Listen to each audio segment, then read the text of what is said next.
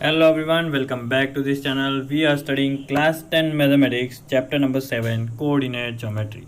So we will start from exercise 7.2 question number 6. Now the question number 6 is if 1 2 4y x 6 and 3 5 are the vertices of parallelogram taken in order, find out x and y.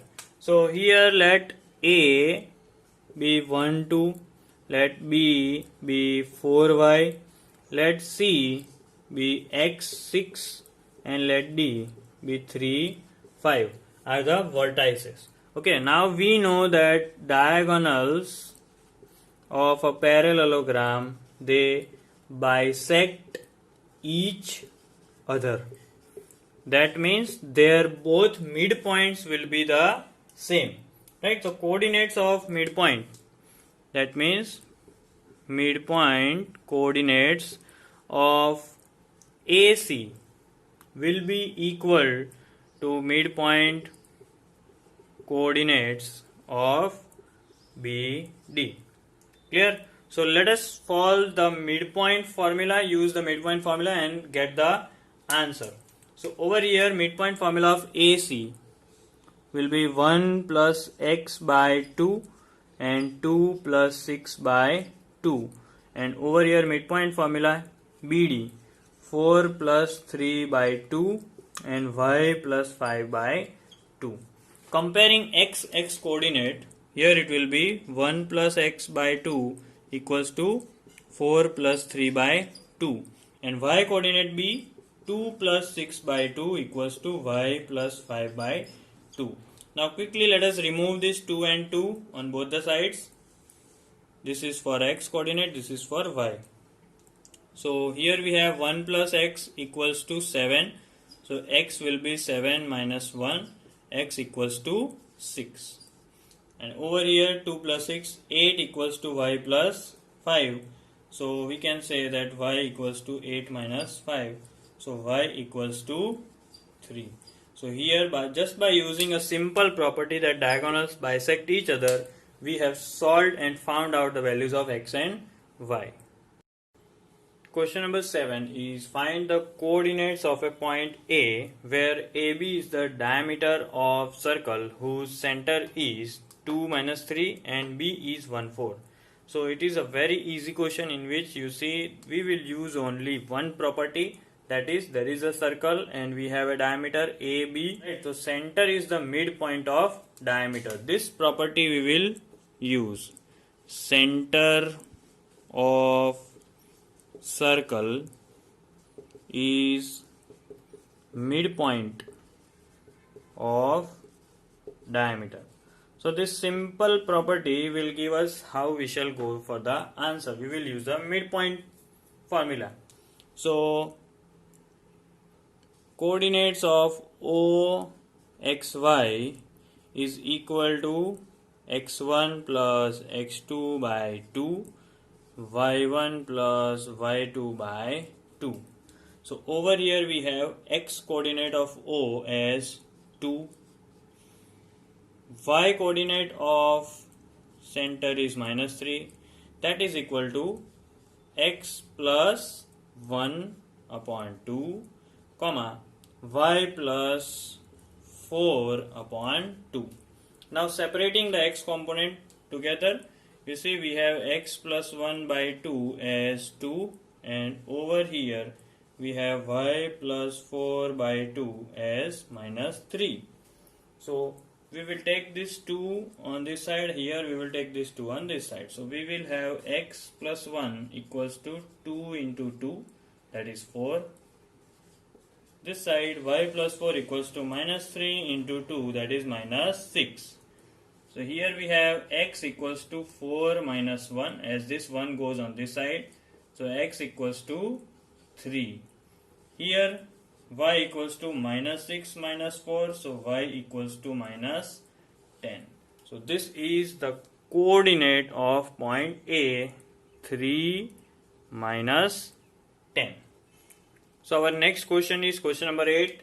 Here if A and B are minus 2 and 2 minus 4, so we have a line segment whose endpoints are A and B.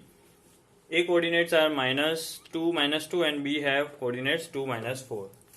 Find the coordinates of point P such that AP equals to 3 upon 7 AB. So this is some kind of hint which is given, and P lies on AB. So I'm writing P over here having coordinates XY. So in short, what we are finding is coordinates of point P. So for finding coordinates of a dividing point, what did we use? We always use section formula. But here section formula is somewhat tough because we don't know what is the ratio, right? Ratio over here is missing. But there is a hint given for the ratio. This hint is AP equals to 3 by 7 AB. So from this we will go for the ratio. So we will take this 7 over here and we will write 7 AP equals to 3 AB. Now AB is sum of AP and PB. So just write, instead of AB we will write AP plus PB. Okay. Now you see 7 AP equals to 3 into AP, that is 3 AP plus 3 into PB. Let us take this 3 AP on this side. It will become 4 AP equals to 3 PB. That means the ratio of AP and PB is 3:4. Right? So now M1 and M2 is clear. M1 is to M2 is 3:4. So here we can write 3, here we can write 4. So here X component of P will be M1 X2 plus M2 X1 upon M1 plus M2. Let us put the values. What is M1? Now it is 3 into X2, it is 2 plus 4, and X1 is -2 upon M1 plus M2, that is 7. 3 2s are 6. 6 minus 8 upon 7 will give us -2 upon 7. So -2 upon 7 is the X component of or X coordinate of P. Same way, let us go for the Y component. That means Y equals to M1 Y2 plus M2 Y1 upon M1 plus M2. So here 3 into Y2, Y2 is -4 plus 4 into Y1, Y1 is -2 upon 3 plus 4, 7. -12 minus 8, that means -20 upon 7. So Y coordinate we also got, X coordinate we have also got. So if you want to write down the point PXY, you may write that as -2 by 7 -20 by 7. Consider this as an important question for exam. Now question number 9 is find coordinates of point dividing the line segment joining A -22 and B 28 into 4 parts. Right. So we have this line segment AB and we have to divide this into 4 equal parts. So how many new points we need? We will need 1, 2 and 3 new points. Let us name this as P, Q and R.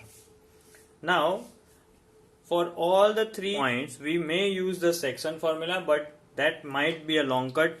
So let us use a shortcut formula. You can see over here that Q is the midpoint of AB. So can we go for the midpoint formula for finding the coordinates of Q? So let us find out.